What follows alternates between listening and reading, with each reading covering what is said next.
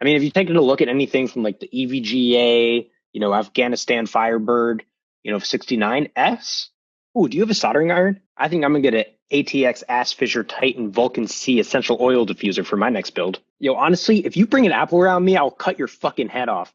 Yo, the other day for Black Friday, I picked up a Radiant Dawn RGB X Terror beach towel for Christmas. Where does that part go?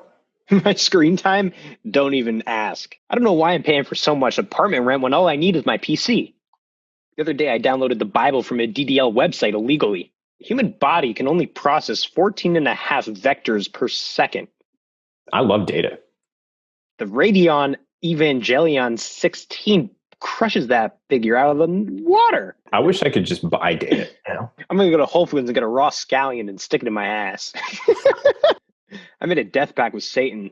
I corrupted the software on my alarm clock. I always uninstall Google Chrome. First thing I do on any machine I use. I dream in 1080p. Sometimes I like to go outside when it's cold. Ooh, did someone microwave fish? Yo, I like to de-battery every day in the 8th grade. Yo, I like to go through my parents' email and confirm all of their accounts because they forget. Yo, my monitor is $19,000.